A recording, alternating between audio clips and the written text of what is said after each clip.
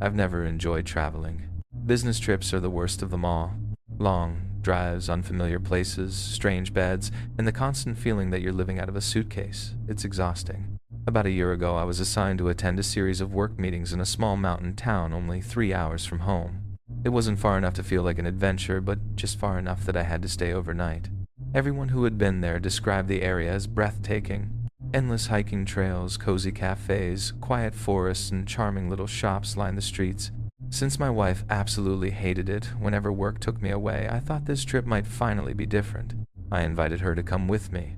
I imagined us treating it like a miniature vacation. While I attended meetings during the day, she could wander through town, explore nature, or simply relax. Every evening we'd have dinner together, watch the sunset, and enjoy the peaceful escape before heading home. At least, that was the plan. We rented a tiny cottage tucked away behind a thick wall of pine trees. It wasn't isolated enough to be considered deep in the wilderness, but it was separated from every neighboring house by enough forest that you couldn't really see anyone else. The place looked almost perfect. It had weathered wooden walls, an old stone chimney, and a wraparound porch overlooking the trees.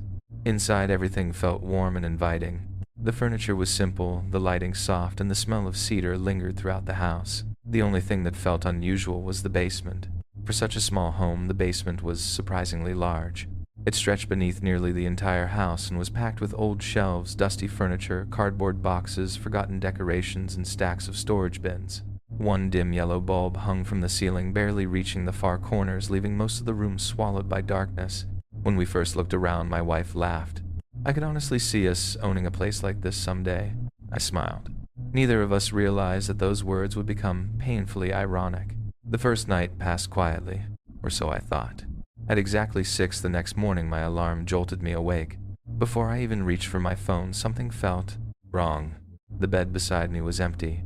A sudden rush of panic shot through my chest. I jumped up and hurried into the kitchen, only to find my wife sitting silently on a bar stool. A steaming cup of coffee rested in front of her. She wasn't scrolling through social media or watching videos. She was simply staring at her phone without really looking at it. Her face was pale. The dark circles beneath her eyes suggested she hadn't slept at all. "What happened?" I asked. She looked at me for a long moment before answering. "I woke up sometime during the night," she swallowed. "When I rolled over, I thought someone was standing in the corner of our bedroom." The words sent a chill through me. She explained that she had stared into the darkness, trying to focus her eyes. The room was too dark to make out details, yet she couldn't shake the overwhelming feeling that something or someone was there. Eventually, she convinced herself she'd imagined it. She rolled over, closed her eyes. But just as she began drifting back to sleep, she heard something. A faint movement, a soft scrape, from that exact same corner. After that, sleep became impossible. She said the feeling was unlike anything she'd ever experienced. It wasn't just fear, it was the certainty that unseen eyes were fixed on her, watching, waiting. By 5 in the morning, she'd finally given up, made coffee, and hadn't stepped back into the bedroom since. Looking at her, I believed every word. She wasn't acting frightened. She looked genuinely traumatized. I hated leaving her there alone. Before driving to work, I asked if she'd be okay. She forced a smile. "I'll go explore town. I don't want to stay in this house by myself." That seemed reasonable. When I left, she had already laid out fresh clothes neatly across the bed before stepping into the shower. Everything seemed normal, until she came out. The clothes had moved, not dramatically, just enough to make her question herself. Instead of sitting in a neat folded stack exactly where she'd left them, each item had been unfolded halfway and arranged into a crooked line across the mattress, almost as though someone else had picked them up, looked through them, then carelessly tossed them back. Her heart immediately began racing. She searched for an explanation. Maybe she'd remembered it wrong. Maybe the towels brushed them when she walked by. Maybe anything. Then she noticed something even stranger. Her socks were gone. She knew she'd placed them beside the rest of her clothes. She searched the bathroom, the bedroom, under the bed. Nothing. The socks had simply vanished. That was enough. She grabbed another pair from her suitcase, got dressed in record time, rushed outside, called an Uber, and left without looking back. Throughout the morning, she barely responded to my messages. Every reply was one word. Short. Cold, unlike her. When I finished work earlier than expected, I met her for lunch downtown. The moment I saw her face, I knew things had gotten worse. She quietly explained everything. The shadow, the sounds, the moved clothes, the missing socks. I wanted to reassure her. I truly did. but deep down, I had no explanation. The rest of the afternoon actually felt normal. We walked through shops, shared dinner, laughed a little, and for a brief moment it seemed as though whatever had happened inside that house had stayed behind. That illusion lasted until sometime after midnight. My wife suddenly grabbed my arm so tightly it hurt. "Listen." I held my breath. At first, nothing. Then footsteps, slow measured. Walking somewhere inside the house, not outside. Inside, each step creaked across the old wooden floor with deliberate weight. One pause. Another. Pause. Someone was moving through the house. She begged me not to leave the bedroom. Her hands were trembling uncontrollably, but I couldn't ignore it. I slowly walked through every room. Silence. Nothing. No broken window. No open door. No sign of anyone. Except the hallway closet. Its door stood partially open. I was almost certain we'd closed it before going to bed. Trying to calm myself, I convinced myself old houses settle. Doors swing open. Wood shifts. I opened the closet completely. Empty. Satisfied, or at least pretending to be, I returned to the bedroom and assured my wife everything was fine. She didn't believe me. Neither of us slept again that night. The following morning, I still had one final meeting I absolutely couldn't miss. My wife refused to remain inside the cottage alone. She spent the day in town until I joined her for lunch. That's when she quietly asked, "Can we just leave?" Every part of me wanted to say yes.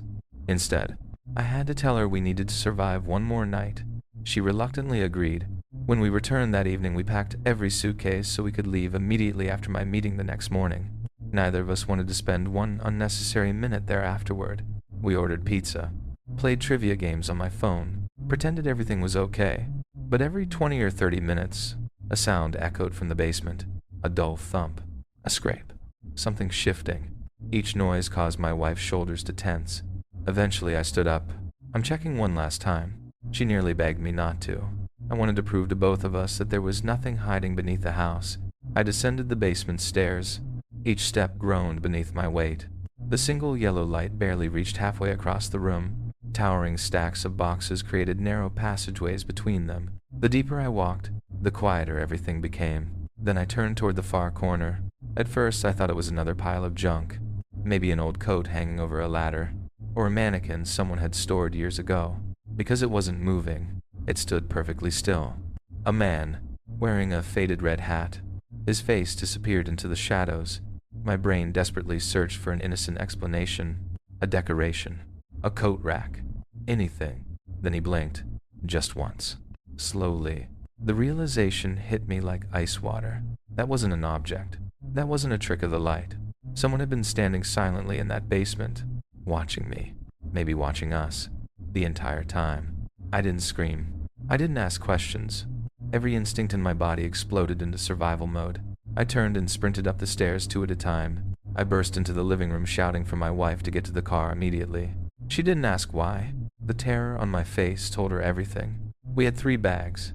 I grabbed 2, threw them outside, and told her to start loading them. I ran back for the last suitcase and ripped our phone chargers from the wall. As I raced toward the front door, I froze. The basement door stood wide open. I knew I'd closed it.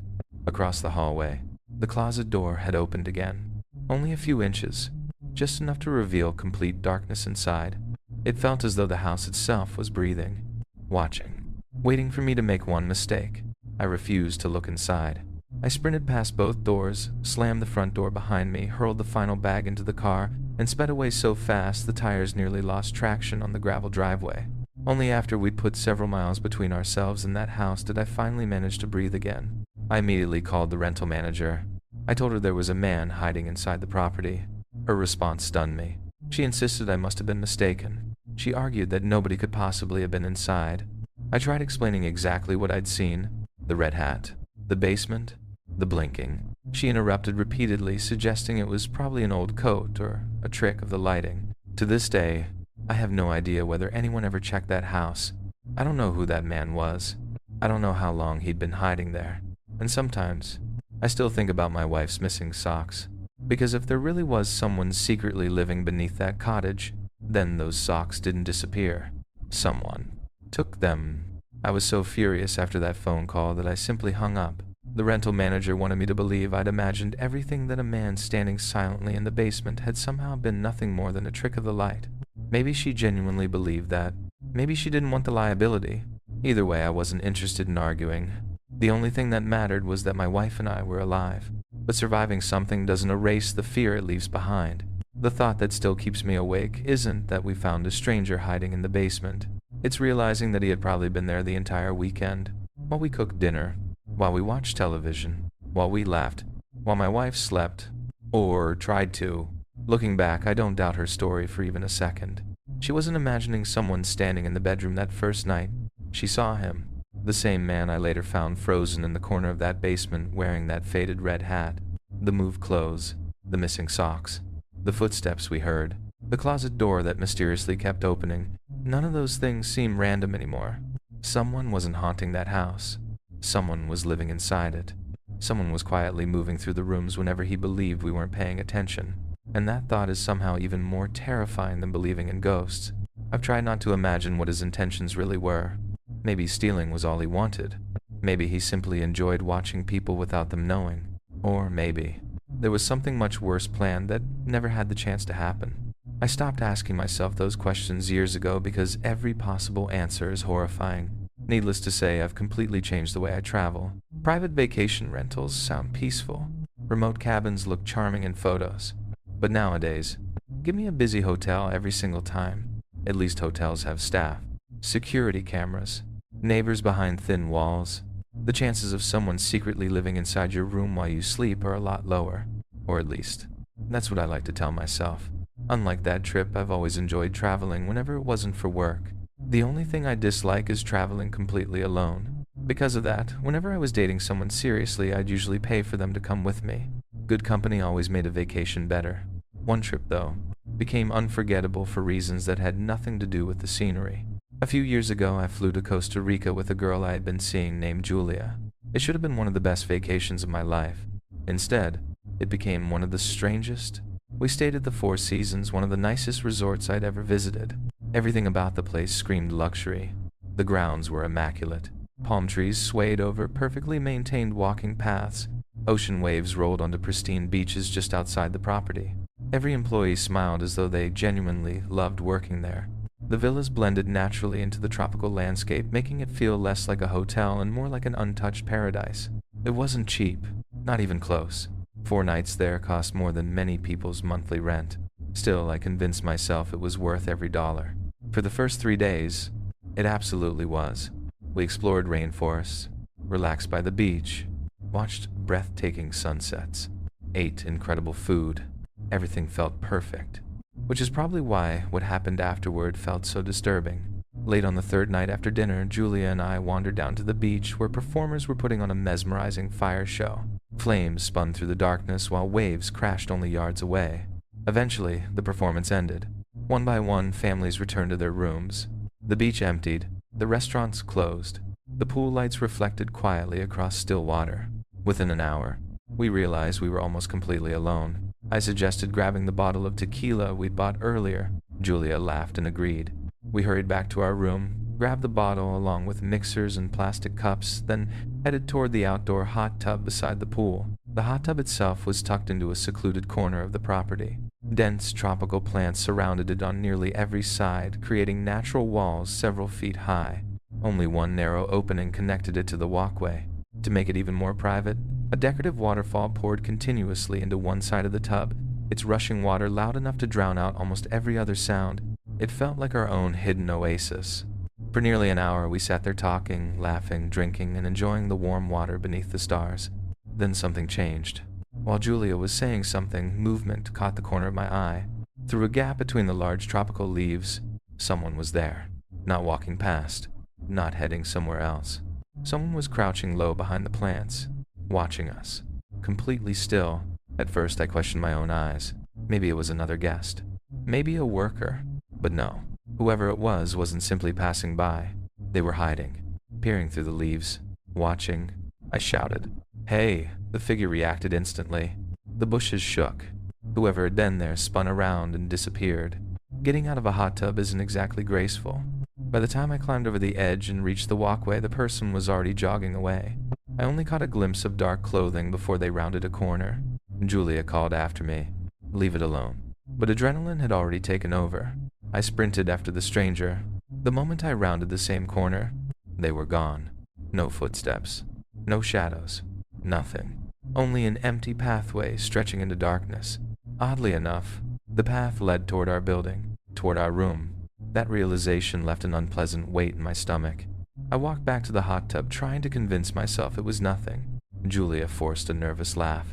I laughed too, but it wasn't funny anymore. The feeling of privacy had vanished. Someone had intentionally been watching us. Neither of us wanted to stay another minute. We wrapped ourselves in towels and started walking back. The path connecting the pool to the villas felt completely different now. During the day, it looked beautiful. At night, it resembled a tunnel. Buildings lined one side. A thick wall of jungle covered the other. Only a few scattered lamps cast weak pools of yellow light onto the stone pathway. Everything beyond those lights disappeared into darkness. As we approached our building, something moved inside the jungle, rustling. At first, I ignored it. It's Costa Rica. Animals live everywhere. Birds, monkeys, Iguanas. but this sound was different. It wasn't random movement through leaves. It was heavy, purposeful, measured. Something large was pushing through the vegetation. Julia grabbed my arm. "Please, let's just go inside." I handed her our oversized wooden room key. "You go. I'll be right behind you." She hesitated before jogging toward our room. I stepped closer to the edge of the jungle. That's when I heard it. A low, vibrating sound, almost like someone humming with their mouth closed. Except it wasn't rhythmic. It sounded deliberate, like someone forcing air through their throat. Not an insect, not an animal. Human. The buzzing grew louder. Then suddenly, branches snapped. Whatever had been there retreated deeper into the jungle at surprising speed. The vegetation shook violently before everything became silent again. My heart was pounding so hard I could actually hear it. I didn't wait around to investigate. I hurried to the room, slammed the door shut behind me, and locked every latch. Julia asked what I'd heard. She hadn't heard the strange buzzing, only whatever had crashed through the trees. Neither of us said much after that. For the first time since arriving, we felt like someone knew exactly where we were. Someone had watched us in the hot tub. Someone had followed us back. That wasn't a coincidence anymore. It felt personal. We tried convincing ourselves a locked hotel room would keep us safe. Eventually, exhaustion won. The next morning, we decided to mention everything to one of the resort employees. Not because we expected answers, but because if someone really was hiding around the property watching guests, they deserved to know. The employee listened carefully. He nodded politely and thanked us for reporting it. Nothing about his expression suggested surprise. That alone unsettled me. Later that afternoon, we stretched out on beach chairs overlooking the ocean. For a while, the previous night felt distant again. The bright sunlight made everything seem irrational. Then, a smiling employee approached carrying a professional camera around his neck. He wore the same uniform as everyone else. Nothing seemed unusual. He cheerfully asked us to smile for a complimentary resort photograph. Without thinking, we leaned together. He snapped a single picture, lowered the camera, smiled again. "Perfect," he said. "Thank you." Then he turned around and walked away. At the time, it seemed completely normal. We had no idea that photograph and the man who took it would become the beginning of something even stranger. We expected the photographer to continue down the beach. It seemed like the obvious thing to do. After all, every luxury resort has photographers wandering around during the day offering complimentary vacation pictures to guests. We figured he'd simply move on to the next couple, relaxing beneath the umbrellas. So we kept watching. He walked away from us, then disappeared behind a row of palm trees. A minute passed. Another minute. Curious, I looked around the beach, expecting to see him photographing another family. Nothing. No camera. No employee. No flash. He had simply vanished. It was strange enough that Julia looked over at me. "Did you see him take pictures of anyone else?" I slowly shook my head. No. Then something else occurred to both of us. Throughout our entire stay, every employee we'd met had been Costa Rican. Every waiter, every bartender, every concierge, every groundskeeper, every housekeeper, every single one, except him. This guy stood out immediately. He wasn't just white. He was unusually pale, almost ghost-like beneath the tropical sun, with features that didn't resemble any staff member we'd seen during the previous 3 days. It wasn't impossible that the resort employed someone from another country. Of course not. But something about him felt off. Not because of where he came from, because he didn't seem like he belonged there at all. His smile had looked rehearsed. His eyes had lingered on us longer than necessary, and now he had disappeared without approaching another guest. The entire interaction suddenly felt staged. Julia tried laughing it off. Maybe he just finished his shift. I nodded. Neither of us believed it. Still, neither of us wanted to ruin our final evening obsessing over something we couldn't explain, so we forced ourselves to enjoy what remained of the vacation. We watched another spectacular sunset over the Pacific Ocean. The sky turned brilliant shades of orange and crimson before fading into deep purple. We wandered through the beautifully lit pathways one last time, had dinner overlooking the water, talked about coming back someday. For several hours, everything felt almost normal again. Almost. Because every now and then, I'd catch myself looking over my shoulder. Every moving shadow caught my attention. Every stranger made me pause just a little longer. That uncomfortable feeling, the one that tells you someone is watching, even when you can't prove it, never completely disappeared. Eventually, exhaustion won. We had an early morning flight, so we returned to our suite much earlier than usual. Within minutes of lying down, we both fell asleep. Or at least, I did. I have no idea what woke me. There wasn't a loud noise. No scream. No crash. Nothing dramatic. My eyes simply opened into complete darkness. The room was still black. The digital clock glowed faintly beside the bed. I didn't check the exact time, but judging by how dark everything was, it had to be somewhere between midnight and 1:30 in the morning. I was lying on my side, facing the patio. Our suite had a large sliding glass door leading outside. Beyond it was a screened patio, overlooking tropical vegetation. We'd intentionally left the glass door open before bed because the screen kept insects out while letting in the sounds of nature. The waves, the wind, the distant calls of animals hidden inside the jungle. Those sounds were calming, comforting. But that wasn't what woke me. I heard a beep, soft electronic. At first, my sleepy brain ignored it. Then click, another beep, a mechanical shutter, the unmistakable sound of a digital camera taking a photograph. I froze. Maybe I was imagining it. Maybe someone nearby was checking their phone. I was only partially convinced. Then beep, click, again. This time, there was no mistaking it. Someone outside was taking photographs. My heartbeat immediately accelerated. I slowly pushed myself upright. The faint moonlight spilling across the patio revealed something that instantly drained every ounce of warmth from my body. A silhouette, standing perfectly still, just beyond the screen, watching us. The figure wasn't moving, wasn't pacing, wasn't walking past. It was simply standing there, facing directly toward our bed. My brain struggled to process what I was seeing. How long had they been there? How many pictures had they already taken? Had they been watching us sleep? I shouted. "Hey!" The word exploded out of me louder than I'd intended. The figure reacted instantly. Without saying a single word, the silhouette turned and sprinted into the darkness beyond the patio. Within seconds, it disappeared completely. Only the sound of footsteps fading through the vegetation remained. Julia jolted awake. Still half asleep, she immediately asked what happened. I told her everything. Every single detail. The camera, the silhouette, the photographs. I rushed across the room and slammed the sliding glass door shut with enough force to shake the frame. Then I locked it. Every latch, every lock, every possible entrance. Only after everything was secured did I reach for the room phone. My hands were shaking so badly I nearly dropped it. I called the front desk. I wasn't calm anymore. I demanded they send security immediately. Not tomorrow. Not after sunrise.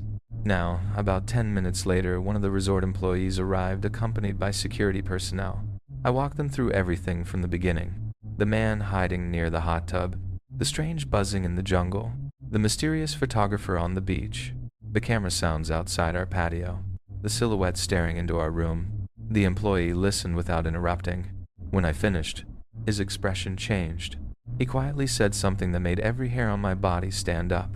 "Sir, we don't have photographers walking around the resort taking guest pictures." Silence. Nobody spoke.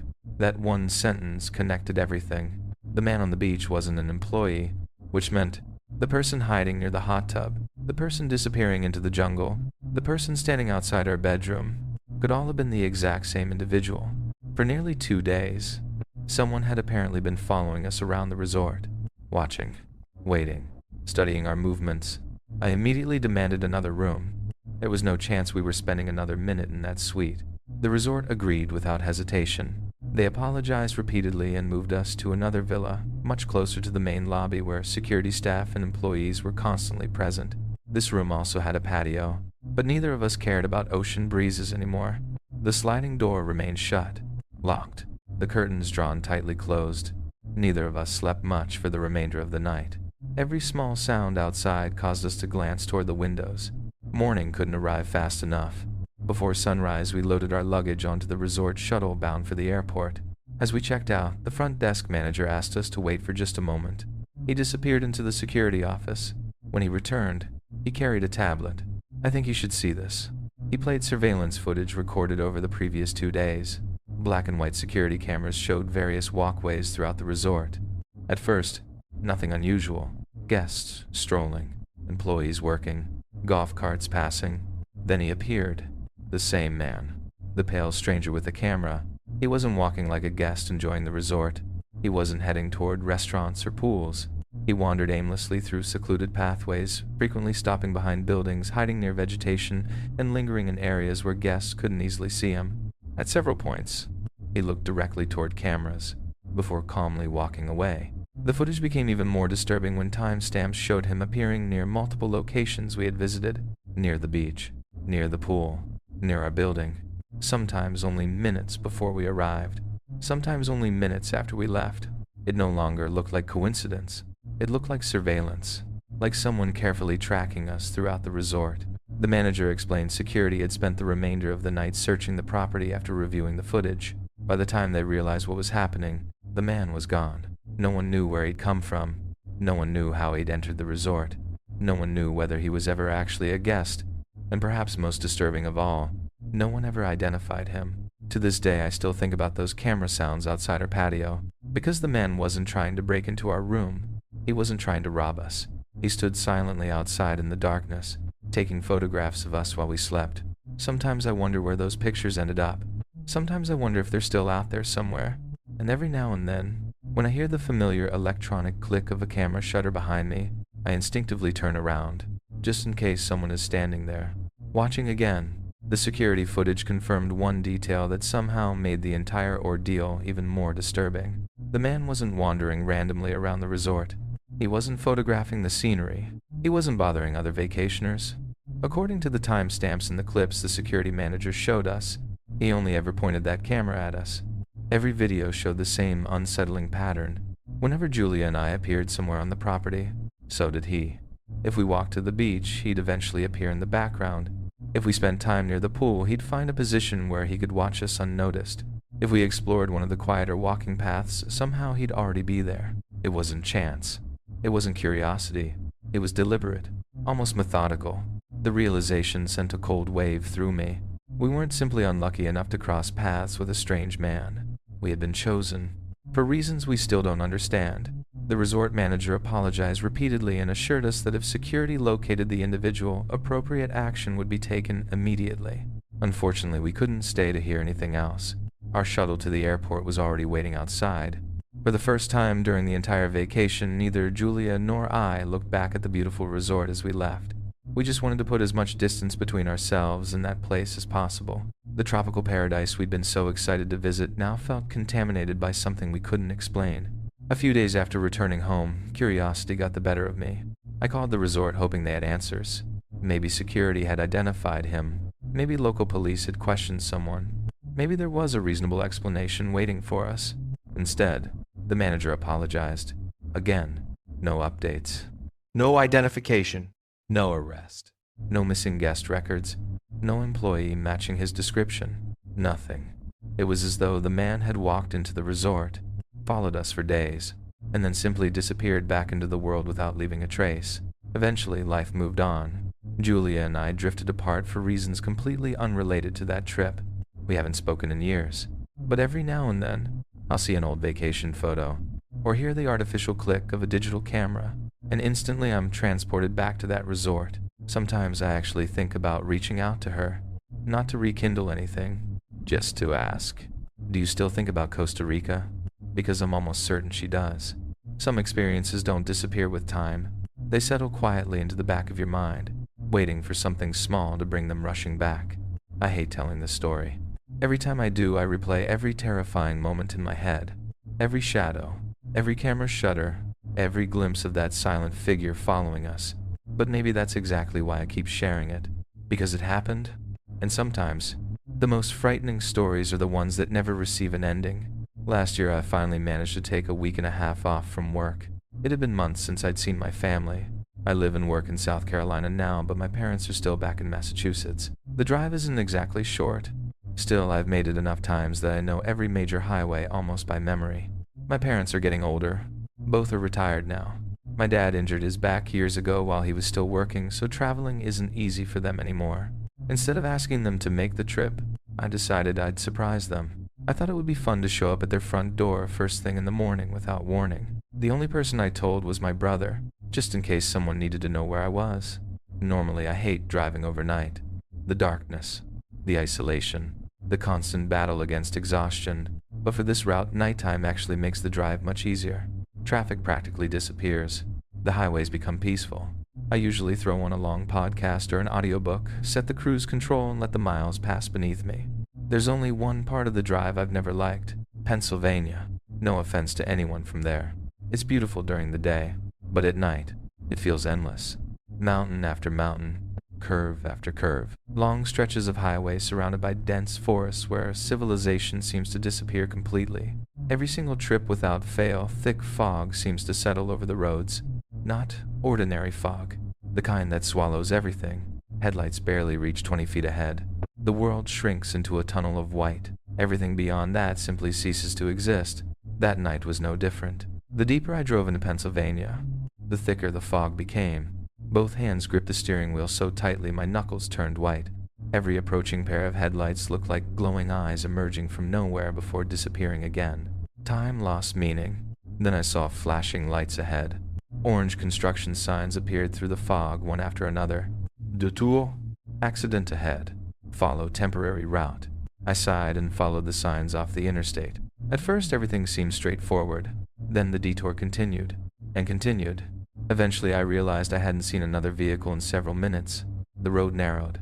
Streetlights vanished. The pavement became rougher. Dense woods closed in on both sides. The fog somehow became even thicker. It felt less like driving through Pennsylvania, and more like driving through an empty world. My phone suddenly lost service. 1 bar, then none. GPS disappeared.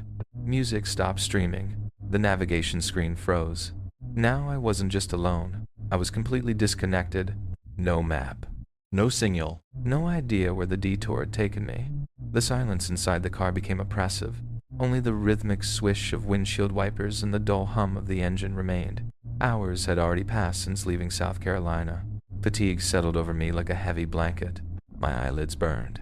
Every blink lasted just a little longer than the last. I desperately searched for anything. A gas station. A rest area. A diner? Even a brightly lit parking lot where I could safely close my eyes for 15 minutes. There was nothing. Not a single building. Not another car. Not even the glow of a farmhouse. Just road. Fog trees. The deeper I drove, the more unreal everything became. People underestimate how dangerous exhaustion really is. It doesn't arrive all at once. It creeps in. Your thoughts slow down. Your reactions dull. You convince yourself you're still awake. You tell yourself you can make it another 5 minutes. Another mile. Another exit. I caught my head dropping forward once. I jerked awake immediately. That should have been my warning. I should have stopped right then. Instead, I convinced myself I was fine. Just a little farther. Just until I found somewhere to pull over. That decision nearly killed me. At some point, my eyes closed for what felt like a single heartbeat. Maybe 1 second. Maybe 2. It was enough. When they opened again, the car was already drifting. Instinct took over. I yanked the steering wheel violently. The tires screamed against wet pavement. The rear of the car fishtailed. Then came the impact. Metal exploded against the guardrail with a deafening crash. Glass burst around me. The world spun. One complete roll. Then another. Gravity disappeared. For several horrifying seconds, I couldn't tell which way was up. The sound was indescribable. Twisting metal. Breaking glass. Loose objects becoming deadly projectiles. My entire life compressed into a storm of violence. Then everything stopped. Silence. Except for the engine sputtering somewhere beneath the crumpled hood. The vehicle had rolled into a ditch before somehow landing upright again. I sat frozen behind the steering wheel. My entire body shook uncontrollably. My ears rang. The smell of burnt rubber mixed with leaking coolant and the sharp scent of deployed airbags. I couldn't breathe normally. I simply stared through the cracked windshield, trying to understand how I was still alive. Anyone who's ever experienced a rollover crash knows exactly what that silence feels like afterward. It's almost unreal. You expect pain. You expect panic. Instead, there's only disbelief. After several minutes, I finally reached for my phone. The screen was completely shattered. Spiderweb cracks covered every inch of it. Whether I had service no longer mattered. The phone was useless. I was stranded, alone, in the middle of a fog-covered road that didn't even seem to exist on my map anymore. I hadn't even stepped outside yet. I had no idea how badly the car was damaged. I didn't know if another vehicle might come flying around the bend. I didn't know if I was injured worse than I realized. And as I sat there listening to the engine tick in the darkness, I slowly became aware of something else. Beyond the broken windshield, outside the car, I could no longer convince myself that I was alone. My first instinct was to save the car. Maybe it wasn't as bad as it looked. Maybe if I could just get enough traction, I could back it out of the ditch, get back onto the road, and pretend none of this had ever happened. I climbed back behind the wheel, turned the key, and pressed gently on the accelerator. The tires spun helplessly. Mud sprayed into the darkness. The engine growled, but the car never moved an inch. I tried again.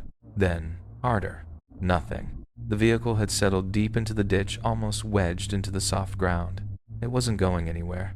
Because the car had come to rest at an awkward angle, opening my driver's door was almost impossible. I had to force it open just enough to squeeze myself through the narrow gap before awkwardly crawling out onto the embankment. Cold air immediately hit my face. The fog had become even thicker. Standing beside the road, I finally got my first real look at the damage. The front bumper was crushed inward. One headlight hung loose, barely attached by a few wires. The windshield looked like a giant spiderweb of shattered glass. The hood had buckled upward. The side panels were scraped and bent from rolling. My stomach dropped. The realization settled over me all at once. I wasn't driving anywhere tonight. I wasn't making it to Massachusetts. I wasn't surprising my parents. Instead, I was stranded in the middle of nowhere, surrounded by dense forest, no phone service, no working GPS, and not another soul in sight. I sat beside the wrecked car, elbows resting on my knees. For several minutes, I didn't even think. I just stared blankly into the fog. Sometimes after a traumatic event, your brain doesn't process what almost happened. It simply shuts down. That's exactly where I was mentally. Then, through the thick white fog, two headlights appeared. At first, they looked like floating orbs. Slowly, they grew larger. Abegle. Coming toward me. Relief washed over me so quickly that I almost stood up to wave them down. Almost. Something stopped me. Maybe it was instinct. Maybe it was the eerie silence surrounding the road. Maybe it was simply the fact that this was the first vehicle I'd seen in what felt like hours. Instead of stepping into the road, I stayed beside my car and waited. The pickup truck drove slowly past me. Its headlights illuminated the wreck before continuing another 20 feet. Then the brake lights glowed red. The truck stopped. For a second, everything was still. Then, the reverse lights came on. The truck slowly backed toward me. Not quickly. Not naturally. Almost cautiously. As if the driver was studying me, it finally stopped beside the ditch. The passenger window rolled down. Inside sat an elderly woman. She smiled. It looked friendly enough, but there was something unnatural about the expression, almost frozen, like she'd practiced it. "Oh my," she said softly. "You look like you could use some help." I hesitated. Every instinct told me to be careful. It was the middle of the night, some forgotten back road in rural Pennsylvania. No witnesses. No phone. No way to call anyone. The couple themselves weren't exactly reassuring. I hate judging people by appearances, but both of them looked rough, weathered, unkempt. The kind of faces that had seen far too much hardship. The woman asked again, "Honey, do you need help?" After several seconds, I slowly nodded. The older man climbed out without saying a word. He was enormous. Broad shoulders, heavy boots, thick arms. Without acknowledging me, he walked to the bed of the truck and pulled out a heavy towing chain. The metallic clanking echoed through the silent road. For the first time that night, I actually felt hopeful. Maybe these people really were just good Samaritans. Maybe I'd completely misjudged them. While the old man prepared the chain, the woman climbed out of the passenger side. She approached me slowly, too slowly. The closer she came, the stronger an awful smell became. Not body odor. Something sour, rotting, like damp clothes left sitting for months mixed with stale cigarette smoke and something I couldn't identify. It made my stomach turn. She continued inching closer. Every step she took forced me to instinctively take one backward. She never touched me. Not at first. She simply invaded every bit of personal space I had, as though she wanted to control exactly where I stood. She began talking. At first it sounded harmless. She rambled about the mountains, about how beautiful the land used to be. Then, without warning, the conversation shifted. She launched into bizarre conspiracy theories. The government, the military, people disappearing, secret roads, underground facilities. The words spilled from her mouth so quickly that they barely made sense. I wasn't listening anymore. I simply nodded every few seconds. Yeah, right. I didn't want to argue. I just wanted these people to pull my car out so I could leave. But she kept moving closer, closer. Every time I stepped backward, she followed. Until eventually, I realized she'd maneuvered me all the way behind their truck.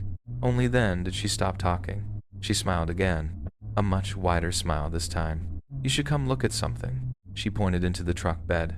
It's really neat. I glanced over. I appreciate it, but I'm okay. I'd rather stay here and watch him hook up the chain. She ignored me completely. No, she insisted. You really need to see what's back there. I tried stepping around her. She immediately shifted sideways, blocking me. Still smiling, I attempted the opposite direction. Again, she intercepted me. Every route away from the rear of the truck suddenly disappeared. It finally hit me. She wasn't inviting me. She was hurting me, like livestock. My heartbeat instantly accelerated. I looked toward the old man. He had disappeared behind the opposite side of the truck. Then I heard footsteps, heavy, coming around toward me. The old man emerged, still gripping the thick towing chain. He wasn't smiling anymore. Neither of them spoke. Both simply kept moving closer, slowly, deliberately. For the first time that entire night, true panic hit me. My eyes drifted toward the truck bed. A dirty green tarp covered something large. Whatever lay beneath it wasn't cargo stacked neatly. It had shape, volume, almost, like someone had intentionally hidden it. Every instinct screamed at me not to look any longer. I should have run immediately. Instead, I hesitated. Just 1 second. One fatal second. As my attention remained fixed on the tarp, the old woman suddenly shouted. Paul, the tarp exploded upward. A younger man burst out from underneath it. He couldn't have been older than 30. In one hand, he held a large hunting knife. The blade reflected the truck's headlights. With his free hand, he lunged directly toward me. Time seemed to slow. I didn't think. I reacted. Instead of trying to fight, my legs simply gave out. I stumbled backward, almost collapsing onto the muddy ground. His hand sliced through empty air where my shoulder had been a split second earlier. I hit the ground hard. The knife missed me by inches. Behind him, the old woman suddenly began screaming. Not screaming in fear. Screaming commands.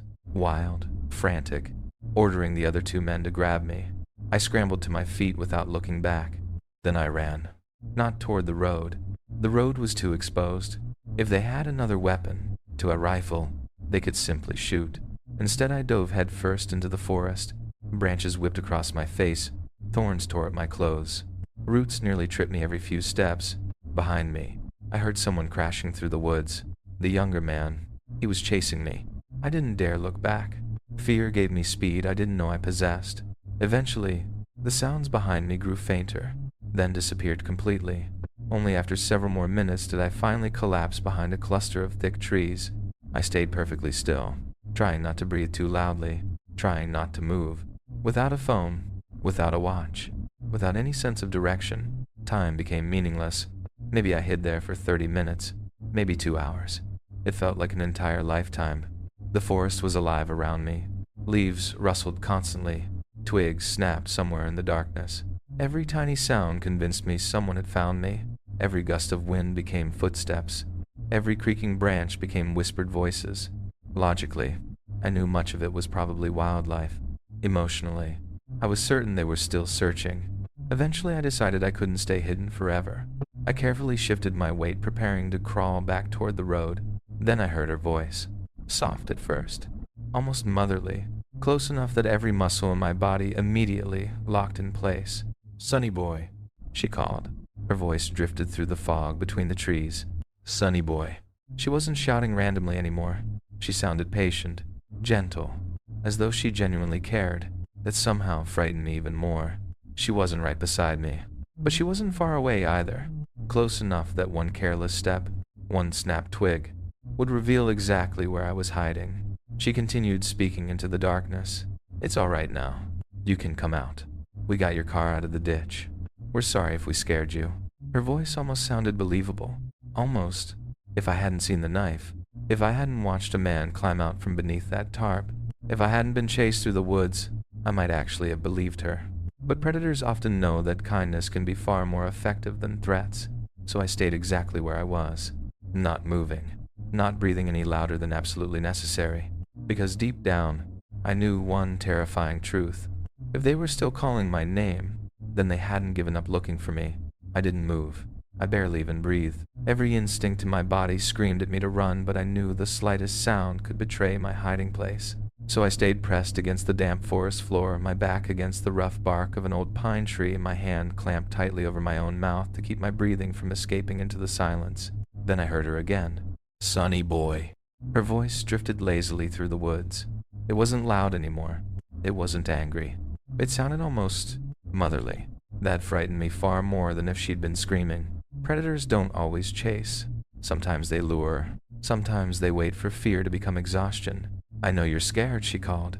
"We got your car out. You're safe now." Her words floated through the fog, sounding almost believable. Almost. But every time she spoke, I remembered the younger man exploding from beneath that tarp with a knife in his hand. I remembered the old man silently closing in from behind. I remembered being cornered like an animal. No. Whatever those people wanted from me had nothing to do with helping. I held my breath until my lungs burned. Minutes crawled by. Eventually, everything became quiet. No footsteps. No voices. Only the distant chorus of insects and the whisper of wind moving through the trees. Still, I didn't trust the silence. Silence can be just another trap. I remained hidden much longer than I probably needed to. Only after convincing myself that the forest had truly gone still did I slowly crawl forward. Every movement was painfully deliberate. One snapped branch, one loose stone, one careless breath, and whoever might still be out there would know exactly where I was. When I finally reached the edge of the woods, I carefully looked toward the road. The truck was gone. At first, relief flooded through me. Then I saw my car, still resting exactly where it had crashed, still trapped inside the ditch, exactly where I'd left it. The old woman had lied. Of course she had. If I'd listened to her, if I'd walked out when she called, I honestly don't believe I'd be here telling this story today. I slowly approached my vehicle. Something immediately felt wrong. Every single door stood wide open. The trunk had been forced open as well. The interior looked like a tornado had ripped through it. My backpack had been emptied onto the muddy ground. Clothes were scattered everywhere. Papers had dissolved into wet pulp. The contents of my wallet had been dumped across the driver's seat. I dropped to one knee and began sorting through what remained. My hands were shaking so badly I could barely pick anything up. Within seconds, I realized much of my property was gone. Cash, electronics, personal belongings, anything valuable had disappeared. Then, I noticed something even stranger. The seats. Both front seats had been slashed repeatedly. Long, deliberate cuts ran through the upholstery. The stuffing spilled out like exposed flesh. There was no reason to do that. They already had my valuables. Destroying the seats served no practical purpose. Unless they weren't simply robbing me. Maybe they were angry I'd escaped. Maybe it was meant as a warning. Or maybe they'd been looking for something else. Whatever the reason, I suddenly realized standing beside that wrecked car was probably the worst place I could be. If those people returned, they'd know exactly where to find me. I left everything behind. The car, most of my belongings, even things that meant something to me. None of it mattered anymore. The only thing that mattered was putting distance between myself and that road. I started walking. The fog slowly began lifting as dawn approached, but the woods still seemed endless. Every approaching bend convinced me I'd finally see another vehicle. Instead, there was nothing. I walked for what felt like forever. My legs ached. My clothes were soaked from mud and sweat. Every sound behind me made me glance over my shoulder. More than once, I could have sworn another pair of footsteps matched my own. Whenever I stopped, the sound stopped too. Maybe it was paranoia. Maybe it wasn't. I never turned around long enough to find out. Eventually, after what had to be several miles, A glowing sign appeared through the trees. A gas station. Open 24 hours. It was the most beautiful thing I'd ever seen. I practically stumbled through the front door. The cashier looked up from behind the register. His expression changed immediately. I must have looked insane. Covered in mud, my clothes torn, my face scratched from branches, barely able to speak without shaking. I tried explaining everything. The crash, the truck, the knife, the people chasing me through the woods. The cashier listened quietly. Whether he believed me or not, I honestly couldn't tell. When I asked to borrow the phone, he refused. At the time, I couldn't understand why. Looking back, maybe he simply had store policy. Maybe he thought I was unstable. Instead, he picked up his own phone and called the police himself. The officers eventually arrived. I repeated the entire story all over again. Every terrifying detail. The knife, the tarp, the chase, the voices in the woods. One officer took notes. The other mostly looked unconvinced. Eventually, they contacted my parents. Several long hours later, my brother finally arrived. The moment I saw his truck pull into the parking lot, I nearly broke down. For the first time since the crash, I finally felt safe. Sitting in that passenger seat beside him, driving through daylight instead of darkness, remains one of the greatest feelings of relief I've ever experienced. The police searched the area later. As far as I know, they never found the truck, never identified the 3 people, never recovered most of my belongings. The entire investigation seemed to disappear almost as quickly as it began. To this day, I still don't believe robbery was their real goal. If all they wanted was money, they had countless opportunities. Instead, they tried to isolate me, corner me, lure me, hide another person beneath a tarp. That wasn't the behavior of ordinary thieves. Whatever those people intended, I'm convinced it was something far worse. My parents were certainly surprised when I finally arrived, just not in the joyful way I'd imagined during that long drive north. That night permanently changed the way I think about traveling. I've never driven long distances alone overnight again, and unless I absolutely have no other choice, I never will. When most people imagine the perfect vacation, one image immediately comes to mind. Warm sand, crystal clear water, palm trees swaying in the breeze. A place where everyday stress simply melts away. Beaches are supposed to represent peace, an escape from ordinary life. Unfortunately, beautiful places don't always guarantee safe memories. Sometimes, the most terrifying experiences happen in the places that seem the most perfect. A few years after the incident in Pennsylvania, my girlfriend Allie and I desperately needed a break from reality. We both worked as nurses. Anyone who's ever worked in healthcare knows the emotional weight that comes with the job. Long shifts, sleepless nights, constant pressure. Eventually, you reach a point where your body is present at work, but your mind is simply exhausted. We lived in New Hampshire. The scenery there is beautiful. Mountains, forests, snow-covered winters. But after months of cold weather, all we wanted was sunshine. So we booked a vacation to Key West, Florida. Allie absolutely hated flying. She trusted highways more than airplanes, despite statistics suggesting she probably shouldn't. Rather than argue, I agreed to drive. More than 24 hours on the road. Fortunately, we'd saved enough vacation time to turn the drive itself into part of the adventure. We stopped in several cities, spent nights exploring places we'd never visited before. By the time we finally reached Key West, every mile felt worth it. The resort overlooked the ocean. The air smelled like salt and tropical flowers. The sunsets looked almost unreal. For nearly 2 weeks, life slowed down. No hospital alarms, no emergency calls, no patients, no stress. Just ocean waves and warm evenings. It was exactly the escape we'd needed, until our final night. Sometimes, it only takes a few minutes to destroy weeks of peace. That evening, Allie and I spread a large beach towel across the sand. The beach was unusually quiet. Most tourists had already returned to their hotels. Only the sound of gentle waves remained. The moon hung incredibly low over the ocean. Its reflection stretched across the water like a glowing silver road. The light was so bright that the beach barely looked dark at all. Allie rested comfortably in my arms. She had no idea what I was planning. Hidden inside my pocket, carefully wrapped in a small velvet box, was an engagement ring. This vacation wasn't only meant to be relaxing. I intended to ask her to marry me. Everything had been planned perfectly. The timing, the location, the speech, or at least, I thought it had. I started saying all the hopelessly romantic things I'd rehearsed in my head. She smiled, laughed softly, Everything seemed perfect. Then she suddenly stopped responding. At first I thought she'd fallen asleep against me. I laughed quietly. "You still alive over there?" She blinked. "Oh, sorry." Her voice sounded distant, distracted. I noticed her eyes weren't looking at me anymore. They were fixed on something farther down the beach. "What is it?" She hesitated before answering. "There are two people. They've been standing over there. I think they're watching us." A strange chill spread through me. I slowly sat upright and followed her gaze. At that exact moment, the two figures began walking toward us. Neither of them spoke. Neither hurried. They simply crossed the moonlit sand in complete silence. As they came closer, I could make out their faces. The woman was undeniably beautiful, the kind of beauty that immediately catches your attention. Yet something about her felt profoundly unsettling. Her dark curly hair moved wildly in the ocean breeze. Her skin looked unnaturally pale beneath the moonlight. Her eyes, they were almost impossible to read. Large, dark, expressionless. She wore nothing but a thin beach cover-up over her swimsuit. Beside her walked a tall man holding her hand. At first glance, I assumed they were a couple. She leaned against him, almost affectionately, but the closer they came, the less natural they appeared.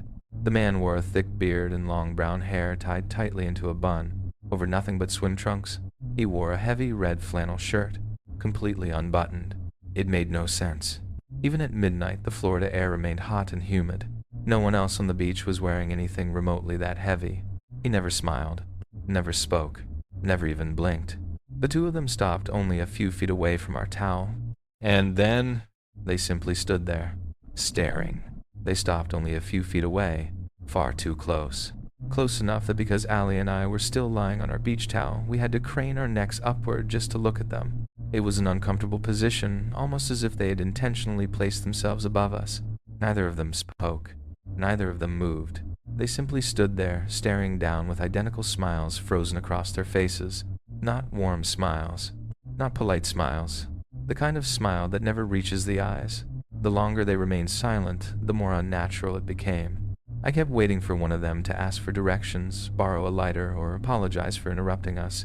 Nothing. The only sounds were the rhythmic waves rolling onto the shore and the distant cry of seabirds somewhere in the darkness. Finally, Ally broke the silence. "Excuse me. Can we help you with something?" The woman tilted her head ever so slightly. Her smile widened. When she finally spoke, her voice was soft, almost whisper-like, but strangely hollow, as though every word had been rehearsed. "You two," she said slowly, "are incredibly beautiful." The compliment didn't feel like a compliment. It felt like an observation. The kind of observation a hunter might make after spotting prey. I opened my mouth to respond, but nothing came out.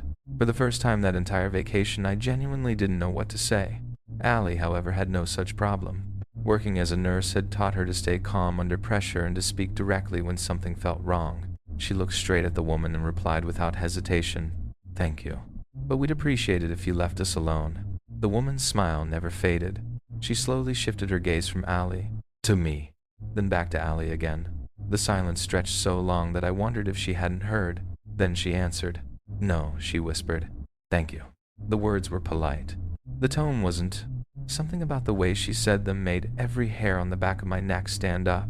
Beside her, the bearded man still hadn't spoken a single word. He remained perfectly still, hands hanging loosely at his sides, eyes fixed on us, still smiling. He looked less like a vacationer and more like someone waiting for instructions. Before either Ally or I could react, I noticed movement farther down the beach. Another couple. At first, relief washed over me. Finally, other people. Surely they had noticed how uncomfortable this situation had become. Maybe they were coming over to interrupt. Maybe they would unknowingly diffuse whatever this strange encounter was becoming. I couldn't have been more wrong. Instead of passing by, they walked directly toward us. When they arrived, they didn't greet us. They didn't greet the first couple either. They simply stepped beside them. Now there were 4 strangers standing over us.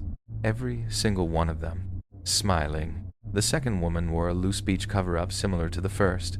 Her hair had been tied into 2 uneven pigtails that made her appear strangely childlike, but there was nothing innocent about her expression. The man beside her had shaggy curls hanging over his face. His eyes never seemed to blink. The first woman looked at them with obvious delight. "Oh," she said softly. "Look, a new couple." The 4 of them laughed quietly together. None of it made sense. I searched their faces for any hint this was some bizarre prank, hidden cameras, friends waiting to jump out, anything. Instead, all I found were those same fixed smiles, smiles that never changed, never relaxed, never looked human. At this point, every instinct I possessed was screaming that something was deeply wrong. Most people naturally respect personal space. Even intoxicated strangers usually stop several feet away. These people didn't. Every few seconds, one of them would shuffle another tiny step closer, barely noticeable, but enough. Another inch, another inch, another, until eventually one of the girls was standing so close that her bare foot rested against my leg. She didn't apologize. She didn't even acknowledge it. She simply remained there, smiling. I could feel Allie tense beside me. I knew exactly what that meant. She had reached her limit. Honestly, so had I. I slowly stood up, placing myself between Allie and the four strangers. I'm a fairly big guy, not intimidating. I've always been more of the friendly teddy bear type than someone people fear. Allie constantly teased me about it, but size was all I had. I looked directly at the nearest man. "If any of you take one more step," I said quietly, "we're gonna have a problem." For a split second, nobody moved. Then all four of them burst into laughter. Not normal laughter. It was loud, chaotic, almost theatrical. Oddly enough, I actually felt relieved. Maybe this really had been some twisted joke after all. Maybe they'd laugh, walk away, and tell us we'd been on some hidden camera show. I was wrong. Terribly wrong. Without warning, one of the men lunged at me. There was no time to react. His shoulders slammed into my chest with incredible force, knocking the air from my lungs. Before I could regain my balance, the second man joined in. The two of them hit me repeatedly. Fists, elbows, knees. Everything happened too quickly to defend myself. I crashed backward into the sand. The impact rattled my entire body. Instinctively, my hand went to my pocket. The ring, the engagement ring. Somehow, in the middle of being attacked, that ridiculous thought entered my head. Please don't let it fall out. Above the chaos, I heard Allie screaming my name. She tried throwing herself toward us. The second woman shoved her violently back into the sand. Then something that still haunts me happened. Neither woman attempted to stop the assault. Neither looked frightened. They simply stood nearby, laughing, watching, as though this was entertainment. The men grabbed me beneath my arms, lifted me completely off the ground, and threw me back down beside Allie. Pain exploded through my ribs. I struggled to breathe. The laughter suddenly stopped. Instantly, all four smiles disappeared. It was as though someone had flipped a switch. Every expression became cold, emotionless, predatory. The bearded man slowly reached inside his heavy red flannel. His movements were deliberate, careful, searching. I didn't actually see a weapon. I didn't need to. Every instinct told me exactly what he was reaching for. A knife, maybe something worse. Time seemed to slow. Fight or flight isn't always a conscious decision. Sometimes your body chooses for you. Without thinking, I lashed out with everything I had. The nearest target happened to be one of the women. I drove my heel hard into her ankle. The impact caught her completely off guard. She stumbled sideways, slipping awkwardly in the loose sand. It lasted maybe 1 second, maybe less. But 1 second was enough. Every head turned toward her. I grabbed Allie's hand. "Run," we sprinted. Neither of us looked back. The sand fought every step. My ribs screamed with pain. Blood ran down the side of my face. My lungs burned. Still, we kept running. Toward the glowing lights of the resort. Toward other people. Toward safety. Halfway there, I risked one glance over my shoulder. What I saw chilled me almost as much as the attack itself. The four strangers hadn't followed us. They remained exactly where we'd left them, standing together, watching us, completely motionless, as if they already knew something we didn't. We burst into our room, slammed the door, locked every lock, and immediately closed every curtain. Neither of us turned on another light. For the rest of the night, we barely spoke. Every sound outside made us freeze. Every passing voice sounded like footsteps approaching our door. Looking back now, people always ask the same question. Why didn't you call the police immediately? Honestly, I still ask myself that. Fear doesn't always produce logical decisions. After what had just happened, neither of us wanted anyone knowing exactly where we were staying. Our only thought was surviving the night. Sleep never came. The moment daylight arrived, we packed everything in silence. Every suitcase loaded into the car felt like another step closer to freedom. Even while checking out, we couldn't relax. Every stranger entering the lobby, every couple walking across the parking lot, every unfamiliar face, made us instinctively turn to look. We expected those 4 people to appear at any moment. Then, just as we stepped outside carrying our final bags, Ally suddenly grabbed my arm. There, across the street, standing casually on the corner, the 2 women. They hadn't seen us yet. At least, that's what we hoped. For several agonizing seconds, neither of us moved. Then we quietly climbed into the car and started the engine. Unfortunately, leaving the parking lot meant driving directly past the intersection where they were standing. There was no alternate exit. As we rolled closer, both women slowly turned their heads. Their eyes locked onto ours. Then those same impossible smiles returned. They raised their hands and waved, not mockingly, not aggressively, almost like close friends saying goodbye after a pleasant evening together. That image disturbed me more than the attack itself, because it suggested they never believed we'd escaped. To them, the night had gone exactly as planned. The moment we reached the highway, Ally immediately called the resort and reported everything. Management sounded genuinely shocked. They apologized repeatedly and promised to review security footage, question staff, and investigate the incident. Whether anything actually came from it, I'll probably never know. People often ask if this story is about ghosts. It isn't. And somehow, that makes it infinitely more terrifying. Ghosts belong in stories. They follow rules. They haunt old houses and abandoned cemeteries. Human beings don't. The most frightening lesson I carried home from that beach wasn't that evil hides in dark places. It was realizing that sometimes evil walks openly beneath the moonlight, smiles politely, waits until you're relaxed, and then steps quietly into your life without warning. Years have passed since that vacation. Ally eventually became my wife. The engagement happened much later under very different circumstances. But even now, whenever we walk along a quiet beach after sunset, there's always a moment when we both instinctively glance behind us, just to make sure no one is standing there, watching, smiling, waiting in silence once again.